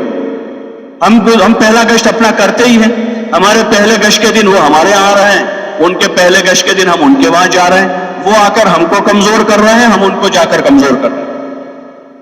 اس کے بجائے ہر وہ مسجد جو اپنا گشت کر لیتی ہے وہاں دوسرے گشت کے لیے کسی کو نہ بلاویں، بلکہ وہ مسجد ایسی جگہ جا کر گشت کریں جہاں گشت نہیں ہو رہا ہے، تو یہ فکر مند ہوں گے، فعال بنیں گے. مسجد کی جماعتوں کو فعال بنانے کے لیے صرف 5 کام کے مذاکرے نہیں ہیں، یہ طریقہ ہے کہ ان کو ایسی جگہ کام دیا جائے جہاں کام نہیں ہے، وہ فعال ہو جائے گا، وہ فعال ہو جائیں گے، کہ وہ خود کام کرنے والے کا. آدمی کام سے کام والا بنتا ہے، آدمی کام کرتا ہے تو کام والا بنتا ہے. نئے آدمیوں پر ذمہ داری آئے گی، وہ کام کے بنیں گے. اس لیے آباد مسجدوں میں دوسرے گشتوں کا نظام نہ کریں، بلکہ ہر اس مسجد کو جہاں 5-10 آدمی گشت کرنے والے ہیں ان کو کوئی بستی دیں قریب قرب و جوار میں، چاہے وہ 1 2 5 10 کلومیٹر میں ہو. سواریاں ہیں، اب راستے اچھے ہیں، تاکہ قرب و جوار کے علاقے جو ہیں وہ بنجر نہ رہیں. اور وہی محنت کا موضوع ہے. حضرت معاویہ صاحب رحمۃ اللہ علیہ کا ملفوظ پڑھا کہ ان قسم پرس مسلمانوں میں، یعنی غریب ہے تو نہ دنیا ان کے پاس ہے نہ دین ہے، ان قسم پرس مسلمانوں میں محنت کرو، ان میں تمہاری مغفرت کا سامان چھپا ہوا ہے. اس لیے کوشش اس کی کریں، آمادہ کریں، ساتھیوں کو اس کے لیے تیار کریں. روٹین نہ ہو جاوے ہمارے اعمال، بلکہ تیار کریں ساتھیوں میں، استعداد پیدا کرنی، فضائل بتا کر. اور کوئی ہمارے پاس راستہ نہیں. میاں جی فرماتے تھے ایک مرتبہ کہ مولانا یوسف صاحب رحمۃ اللہ علیہ جب ہم سے کوئی کام کروانا چاہتے تھے تو ہم کو اتنی ترغیب دیتے تھے کہ اگر مسجد میں ناچنا جائز ہو تو ہم ناچنے لگتے، اور اتنی ترغیب دیتے تھے کہ بعض مرتبہ ہم کو پوچھنا پڑتا تھا کہ حضرت آپ چاہتے کیا ہو؟ یہ جو فضیلتیں بتا رہے ہم کو کام کرنے کی، تو اس کے بعد آپ کیا چاہتے ہیں، آپ کو بتائیے. تو پھر کہتے تھے کہ میں یہ چاہتا ہوں. تو اس لیے ترغیبی مذاکروں کی ضرورت ہے. فضائل بتائیں، تیار کریں گشتوں کے لیے، محنت کے لیے، ملاقاتوں کے لیے، خروج کے لیے. تو پھر انشاءاللہ وہی ساتھی تقاضے اڑیں گے، اور وہ 50 مسجدیں 2-4 مہینے ہوتے ہوتے 50 جگہوں کو کھڑا کر دیں گے. یہ جو 100 جماعتیں ضلع کی 3 دن کی جا رہی ہیں، اگر وہی آباد مسجدوں میں جا کے جہاں 5 اعمال ہو رہے ہیں، جہاں 5 اعمال ہو رہے ہیں، اور وہیں وہ 3 دن کی جماعت جا رہی ہے، ان کے ذمے کوئی کام تو ہے نہیں.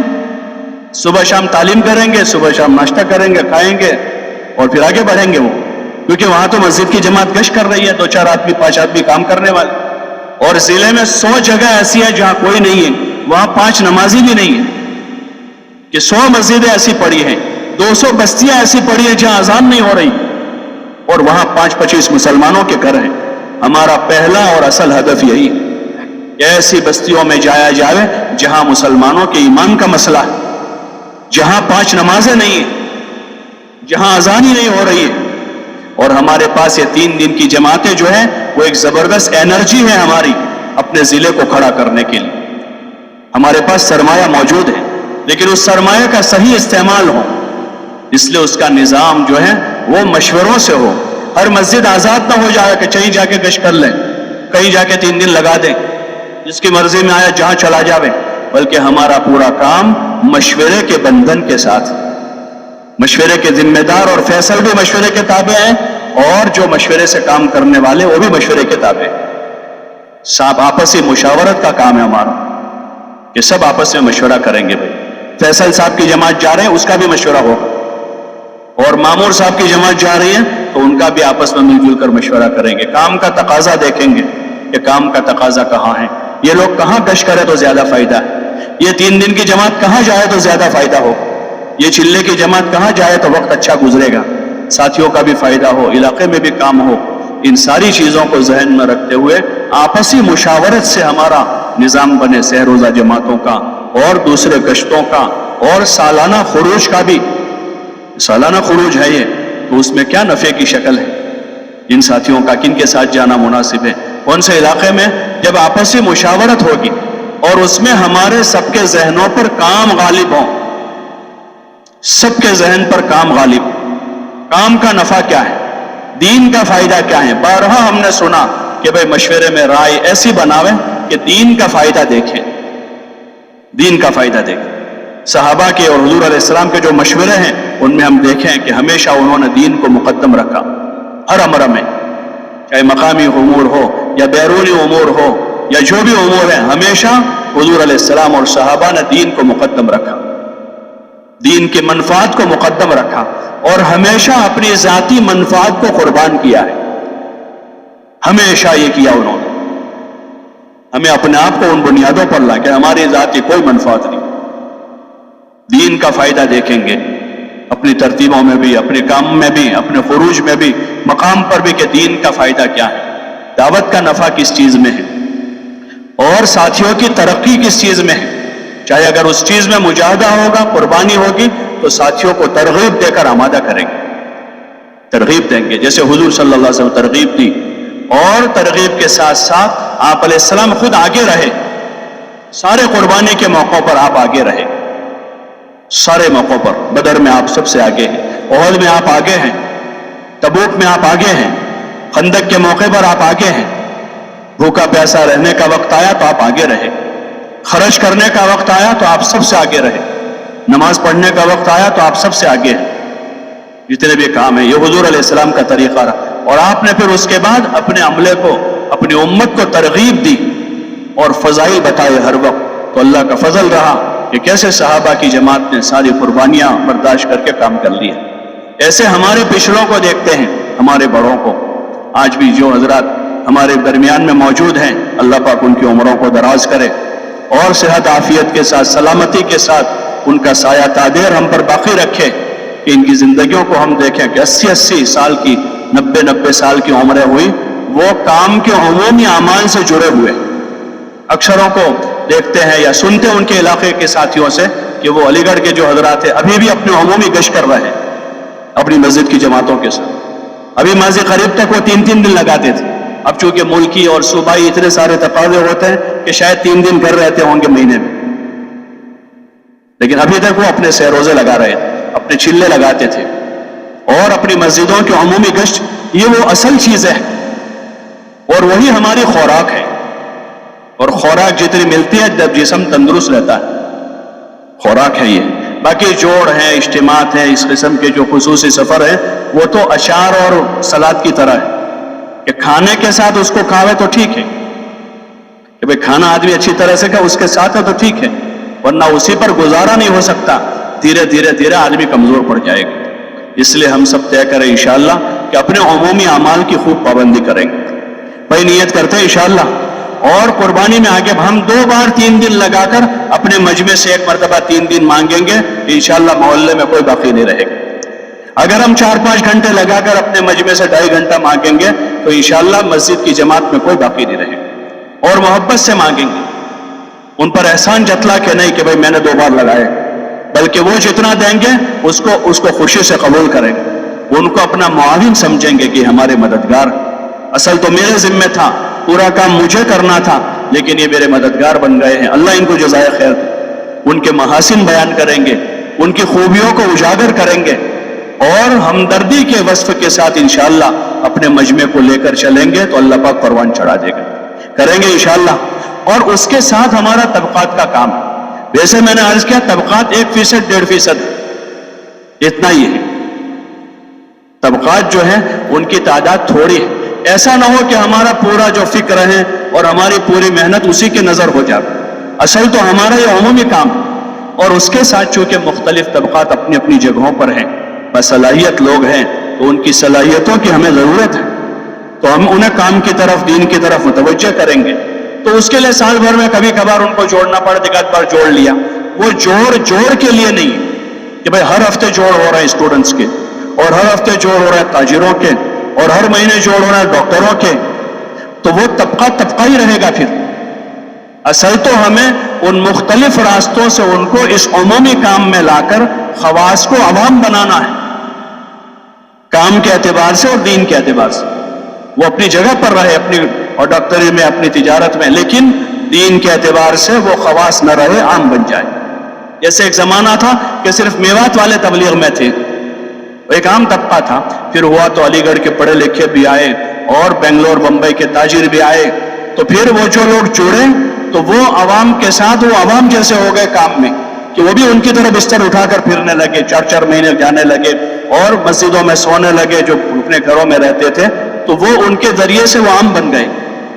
تو مختلف طبقات میں جو ہمارا کام ہے اس میں بنیادی چیز ہے کہ مختلف طبقات میں محنت کر کے مختلف راستوں سے ان کو عمومی کام میں جوڑنا ہے. ہمیشہ ان کو خواص بنا کے نہیں رکھنا ہے. چاہے وہ خواص اپنی جگہ پر ہے, وہ اللہ نے ان کو جو مقام دیا اپنی جگہ رہے, لیکن دین اور دین کی محنت کے اعتبار سے وہ خواص بھی عوام ہو جائے, کہ وہ ہماری شب گزاریوں میں آنے والے بن جائے.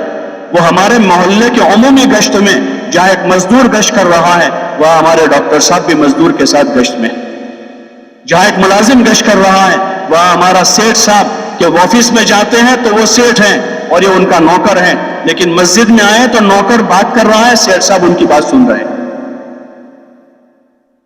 کھڑے ہیں ایک ہی صف میں محمود و ایاز, نہ کوئی بندہ رہا نہ کوئی بندہ نواز. نماز کی صف نے سب کو یکساں کر دیا ہے. ایسے ہماری محنت اس کی. اس لیے جوڑ جاڑ جو ہوتے ہیں وہ اپنی جگہ ٹھیک ہے, بھائی سال میں 1 مرتبہ کسی طبقے کو کہیں جوڑ لیا, اسٹوڈنٹس کو چھٹیوں سے پہلے, اور شروع سال میں 1 مرتبہ جوڑ کے ان کا مقامی کام کا نظام بنا لیا, ورنہ ہماری محنت جوڑوں کی نظر ہو جائے گی. اور اصل کام جو ہے کہ ان کو ان جوڑوں کے راستے سے عمومی کام میں لا کر مسجد کے عمومی اعمال سے گزارنا ہے اور عمومی خروج کروانا ہے. 3 دن میں اب وہ جاوے, 2 ڈاکٹر ہیں, 2 مزدور ہیں, ایک ملازم ہے, ایک تاجر ہے, ایک حافظ صاحب ہے, جماعت جا رہے ہیں سہ روزے. ان کو مخلوط کرنا ہے دھیرے دھیرے. جب تک وہ نہیں جا رہے ہیں, کام میں نہیں لگے, تو ٹھیک ہے بھائی ان کی خواص کی ایک جماعت بنا لی کہ کسی طرح قریب ہو جاوے, کام کو دیکھ لیں, کام کو سمجھ لیں. کہیں ایسا نہ ہو کہ خواص کا کام کرتے کرتے ہمارے عوام بھی خواص بن جائے, بلکہ ہمیں تو اپنی سطح اور نیچے لانی, اور خصوصاً ہمیں اپنی جس سطح پر ہم ہیں, اپنی معاشرت کے اعتبار سے اور اپنے رہن سہن کے اعتبار سے, تو ہمیں اپنی سطح کو نیچے لانا ہے. اس لیے کہ ہم معاشرت اور رہن سہن کی جس سطح پر ہیں وہ سنت سے قریب نہیں ہے, وہ خواہشات سے قریب ہے. اور اس محنت سے چاہا جا رہا ہے کہ ہم سب اپنی معاشرت اور رہن سہن کو سنت کے قریب لاویں. اس لیے ہمارے خروج کا جو نظام ہے کہ 12-15 آدمیوں کی جماعت کے درمیان میں ایک کام سیٹ ہے, اور ہر آدمی کے پاس 3-4 جوڑی کپڑے ہیں, اپنا معمولی سا بستر ہے, پلنگ پر سونے والا بھی یہاں مسجد میں نیچے سو رہا ہے, گدے پر سونے والا بھی یہاں چادر بچھا کے سو رہا ہے, اور وہاں 50 جوڑی کپڑے میں زندگی گزارنے والا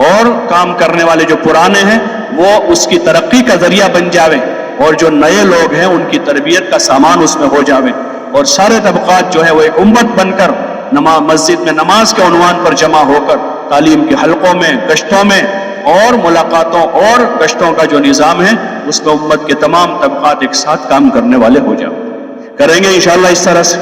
ایسے ہمارا ایک کام مستورات کا ہے، بڑا طبقہ ہے، ہر جگہ گھر گھر میں مستورات، اور ذمہ داری ہے ہماری۔ کلام پاک میں اللہ تعالیٰ نے ارشاد فرمایا قوا انفسکم واہلیکم نارا، ایمان والوں اپنے آپ کو اور اپنے گھر والوں کو جہنم کے عذاب سے بچاؤ۔ سب سے پہلی مستورات میں محنت ہمارے گھر میں، اس کے لیے گھر کی تعلیم ہے۔ حضرت جی رحمۃ اللہ علیہ فرماتے تھے کہ اپنے گھروں میں تعلیم شروع کر کے ان سوراخوں کو بند کر دو جن سوراخوں سے گھر میں بے دینی آتی ہے، وہ سوراخ بند ہوں گے۔ اور حضور علیہ السلام اور صحابہ والی مبارک زندگی، حکایت صحابہ میں ان کو سنا کر گھر والوں کے جذبات بنائیں گے، سادگی اور جفاکشی، ایمان اور عمل کا، تقوی اور تواضع کا۔ اس لیے اپنے گھروں میں تعلیم کی پابندی ہم خود کریں، گھر والوں کو 15-20 منٹ روزانہ ضرور دیں۔ ہم اپنے سارے تقاضوں کے ساتھ اپنے گھر کو فراموش نہ کریں، اور خصوصاً ایسے فتنوں کے دور میں ہم ضرور اپنے بیوی بچوں کے ساتھ وقت گزاریں، اور وہی مستورات کا اصل کام ہے۔ اور کوشش یہ کریں کہ 100% گھروں میں مستورات کی تعلیم شروع ہو جائے، 100% گھروں، پھر اس راستے سے ان میں طلب پیدا ہوگی، نماز، ذکر، عبادت، تلاوت، حسن اخلاق کی فضا بنے گی۔ بچوں کے جذبات بچپن سے ہی صحیح ہوں گے، دینی ہوں گے، علمی ہوں گے، ایمانی ہوں گے، دعوتی ہوں گے۔ اس کے لیے ہمارا یہ ہدف رہے کہ ہر مسجد وار جماعت کا ساتھی اپنے گھر میں تعلیم شروع کرتے ہوئے اپنے بھائی کے گھر، بہن کے گھر، پھوپھی کے گھر، خالہ کے گھر، یہ قریبی رشتہ دار ہیں جہاں ہماری آمد و رفت ہے، ان کے وہاں ہم کوشش کریں، اور پھر اپنی عمومی ملاقاتوں میں ہر گھر میں کوشش کریں کہ ہر گھر میں فضائل کی تعلیم کا حلقہ شروع ہو جائے۔ ایک کام ہے، اور یہی بنیادی کام ہے مستورات کے کام۔ پھر اس کے بعد جو ہے یہ فضا ہموار کرنے کے لیے چند بہنیں ایسی تیار ہوئی ہیں جنہوں نے کچھ وقت بھی لگایا ہے، کام کی سوجھ بوجھ ہے، تو ان کے ذریعے سے مستورات کا ہفتہ واری تعلیم کا حلقہ شروع کرا، جو ہفتے میں ایک دن 1 گھنٹے کے لیے محلے کے کسی ایک مناسب مکان میں وہاں پر ان کو جمع کر کے وہ محلے کی عورتیں جمع ہو اور یہ بہنیں وہاں تعلیم کر لیں، صفات کا مذاکرہ کر لیں، مسجد کی جماعت اس کی نگرانی کرے، اس کا مشورہ کرے۔ اس طرح جو ہے تعلیم کا حلقہ شروع، ایک جگہ ہوا، مزید استعداد بنی تو دوسری جگہ کر لیں، اور کوشش کریں کہ ہر 40-50 گھروں میں ایک حلقہ شروع ہو جائے، لیکن قوائف شرائط کے ساتھ۔ اور قوائف شرائط اس کے لیے کوئی لمبے چوڑے قوائف نہیں ہے، مستورات کچھ وقت لگی ہوئی ہو، ان میں کام کی سوجھ بوجھ ہے، مشورے سے چلنے کا ان کا مزاج ہے، اور مسجد وار جماعت مضبوط ہے جو اس کام کی نگرانی کر سکتی ہے، تو حلقوں کے ذمہ دار جو ہے ایسی مسجد والوں کو آمادہ کر کے تیار کر کے وہاں تعلیم کے اجتماعی حلقوں کا نظام کریں، تاکہ محلے میں فضائل کو سنانے کا ایک ماحول بنے، پھر اس راستے سے گھروں میں تعلیم شروع ہو جائے۔ یہ بنیادی کام ہے مستورات کا مقامی، کہ جس میں اپنے گھر کی تعلیم ہے اور محلے کی ہفتہ واری تعلیم، پھر حسب موقع جیسے اللہ توفیق دے ان کے خروج کا نظام ہے، 3 دن کے لیے اپنے خود ہمارے ساتھی اپنے گھر والوں کے ساتھ اپنے محرم مستورات کے ساتھ وقت لگا کر ان کا ذہن تیار کریں، ایک ارادے کے ساتھ، ایک عزم کے ساتھ، ایسے خالی رسمی طور پر نہیں کہ کبھی ان گھر والوں نے بہت کہا کہ بھائی تم بار بار جاؤ تو ہم کو بھی لے جاؤ، تو ہم کو ایک مرتبہ لگوا دیا، بھائی ہو گیا ان کا، بلکہ ایک عزم کے ساتھ، ایک ارادے کے ساتھ ان کو ہمیں اپنی فکروں میں شریک کرنا ہے، کہ ان کی فکر بھی دینی ہو، دعوتی ہو، ایمانی ہو، آخرت کی ہو، تاکہ یہ ہماری مددگار بنے اور ان کی بھی آخرت سنور جائے۔ حضور علیہ السلام نے اپنی تمام تر مشغولیوں کے باوجود اپنی ازواج کو دین سکھایا، اور حضرت عائشہ رضی اللہ عنہ امت کی بڑی عالمہ اور فاضلہ بنی، اور دیگر ازواج مطہرات میں بھی بہت بڑا علم کا بہت بڑا حصہ ازواج مطہرات سے امت کو ملا ہے۔ حالانکہ آپ کی بڑی مصروفیت تھی، مدینہ کے آپ کے 10 سالہ زندگی میں تقریباً 27 سفر آپ کے ہوئے، اور وہ وفود آ رہے ہیں، قافلے آ رہے ہیں، اتنے سارے تقاضے ہیں، ان سب کے بعد آپ نے اپنے گھر کو فراموش نہیں کیا، بلکہ ہمارے لیے عملی نمونہ ہے، رہبری ہے کہ ہم اپنے گھروں کو فراموش نہ کریں، اپنی عورتوں کو، اپنے گھر کی ماں بہنوں کو اپنی فکروں میں شریک کریں، ان کو اپنے مشوروں کی، مذاکروں کی، اپنے کام کی کارگزاریاں سناویں، اور ان کو دعا کی گزارش کریں تاکہ وہ ہماری فکروں میں شریک ہوں، ورنہ دنیا بھر کی فکریں ان پر سوار ہیں، ہم جائیں گے, وہ اپنی سنائے گی, اپنی فکروں میں شریک کر لے گی. اور اگر ہم ان کو اپنی سنا رہے ہیں, ایمان عمل کی بات سنا رہے ہیں, دعوت کے تقاضے ان کے سامنے پیش کر رہے ہیں اور ان کو دعا کی گزارش کر رہے ہیں, تو انشاءاللہ وہی عورتیں, ان میں بڑی استعداد ہیں, بڑی صلاحیت ہیں, قربانی دینے کا ایک جوہر ہے ان کے اندر, ان کی صلاحیتیں اور ان کی استعدادیں اللہ کے دین پر لگے گی اور اس سے دنیا میں اللہ کا دین زندہ ہوگا. اس لیے آپ حضرات سے گزارش ہے کہ مستورات کے کام کا بھی ایک منظم نظام بناویں, ہر گھر میں تعلیم زندہ ہو, ہر محلے میں ہفتہ واری تعلیم کا نظام بنے. اس کے لیے جہاں پہلے سے مستورات وقت لگی ہوئی ہے تو ان کو جوڑ کر, ان کا ذہن بنا کر, ان کو ترغیب دے کر, ان کو آمادہ کر کے ان کی جماعتیں بنا لیں. اور جہاں جماعتیں بنی ہوئی نہیں ہیں ابھی تک اور استعداد بھی نہیں ہے تو استعداد بنانے کی کوشش کریں کہ ایسی باصلاحیت عورتوں کا وقت لگواوے 3-3 دن, دھیرے دھیرے آگے بڑھے گی تو آج نہیں تو کل 2 مہینے 6 مہینے کے بعد ان میں استعداد پیدا ہو جائے گی. اور وہاں ان جگہوں پر اس کے قواعد شرائط کے ساتھ مستورات کے حلقے قائم ہوں گے جو آسان بھی ہیں کہ ہفتے میں 1 دن 1 گھنٹے کے لیے جمع ہونا مشکل کام نہیں ہے. اور جیسے کل بنگلور والوں نے کارگزاری سنائی کہ جو اسکول کی طالبات ہیں اور جو عورتیں کام کرنے والی یعنی مختلف شعبوں میں سروس کرنے والی ہیں تو ان کے لیے انہوں نے سنیچر اتوار کے دن ان کے محلوں میں حلقے قائم کر دیے. ان کی رعایت میں دن طے کیا کہ بھئی سنیچر اتوار میں ان کو چھٹی ہوتی ہے تو ان کے محلے کی تعلیم سنیچر کو کر دی, اتوار کو کر دی, اور ان کو دعوت بھی پہنچا دی کہ بھئی اتوار کے دن حلقہ ہے آپ کے محلے میں, تاکہ ایسی لڑکیاں پڑھنے والی کالج کی اسکول کی لڑکیاں ہیں یا اس نوعیت کی جو یعنی سروس کرنے والی بہنیں ہیں ان کے لیے آسانی ہو جاوے تعلیم میں جڑنے کے لیے. تو اس کو مشوروں میں سوچیں, آپس میں اس کی فکریں کریں, اپنے ذمہ داروں سے رائے ملاویں اور اپنے علاقوں کی جو نزاکتیں نوعیتیں ہیں ان علاقوں میں کام کرنے کی شکلیں سوچیں, کام کرنے کی شکلیں سوچیں. نہیں ہو پا رہا ہے, جہاں ہو رہا ہے ان سے پوچھیں. کسی بات میں آپس میں رائے میں اختلاف ہو گیا ہے تو پھر بزرگوں سے رجوع کر لے اس کو, لیکن کرنے کے موڈ میں آوے کہ بھئی ہمیں کرنا ہے. جب کچھ کرنے کی سوچیں گے تو اللہ سجائے گا. انشاءاللہ آپس میں ہی مل جل کر بیٹھیں گے تو اس مسئلے کا حل نکل آئے گا. پھر بھی اگر نہیں نکلا اور کوئی چیز درمیان میں اٹک رہی ہے تو پھر اس کو بزرگوں سے رجوع کریں تاکہ ہمارا کام آگے بڑھے. حضرت مولانا عمر صاحب رحمۃ اللہ علیہ فرماتے تھے بھائی مستورات کا کام بہت نازک ہے, بہت نازک ہے, لیکن اتنا نازک نہ بنا دے کہ اس کو چھوئے بھی نہیں. ہمارے بہت سے علاقے ہیں کہ جہاں مزروں میں مضبوط کام ہے لیکن عورتوں کی تعلیم کے حلقے ہی نہیں ہے. تو اس لیے ذرا اس پر غور کریں, اپنے مشوروں میں لاویں, اور جن امور کو ہم زندہ رکھنا چاہتے ہیں, کوئی چیزیں چلتی رہے, اس کو اپنے مشوروں میں لاویں. اور مشورے میں پھر امور کی فہرست میں نہ رہیں بلکہ ان چیزوں کی کارگزاریاں ہوں علاقوں سے, حلقوں سے, مسجدوں سے. ماہانہ مشوروں میں مسجدوں سے کارگزاری لیں اور علاقائی مشوروں میں حلقوں سے کارگزاری لیں تاکہ یہ چیزیں جیسے ہمارا 4 مہینے چلے کا خروج ہے ایسے مقامی محنت کا نظام, سہروزہ جماعتیں, مستورات کا کام اور طبقات کا جو ہمارا کام ہے وہ ترتیب کے ساتھ چلتا رہے. اور جو اصل ہماری بنیاد ہے کہ بھئی ہماری محنت, ہماری نقل و حرکت جو ہے اس سے ہمارے اندر بھی اور پوری امت میں دین کے زندہ ہونے کی شکلیں پیدا ہوتی رہے. کریں گے انشاءاللہ. اور اس کے ساتھ ہمارے ان سارے عملوں میں, عمل کے پہلے, عمل کے بعد, عمل کے درمیان میں اللہ کی طرف رجوع اور توجہ بہت ضروری ہے. اس لیے انفرادی اجتماعی طور پر دعاؤں کا اہتمام کریں. گشتوں میں جانے سے پہلے, ملاقاتوں میں جانے سے پہلے, تشکیلوں میں جانے سے پہلے دعائیں کرنی ہیں. انفرادی طور پر بھی جہاں اجتماعی موقع ملا تو اجتماعی طور پر بھی دعا کریں گے اور اللہ سے ہمارے ان امور میں, ہمارے ان کاموں میں مدد مانگیں گے. اور جتنی اللہ توفیق دے صدقہ بھی دیں تو انشاءاللہ اللہ نے چاہا تو یہ چیزیں ہمارے لیے بھی خیر و ہدایت کا ذریعہ بنے گی اور اللہ پاک اسے ہمیں ذریعہ بنا کر اللہ پاک اس کو پورے عالم میں خیر و ہدایت کے پھیلنے کا ذریعہ بنا دے گا. کریں گے انشاءاللہ. اللہ پاک ہم سب کو عمل کی توفیق عطا فرمائے. لہو مات النبی کا جس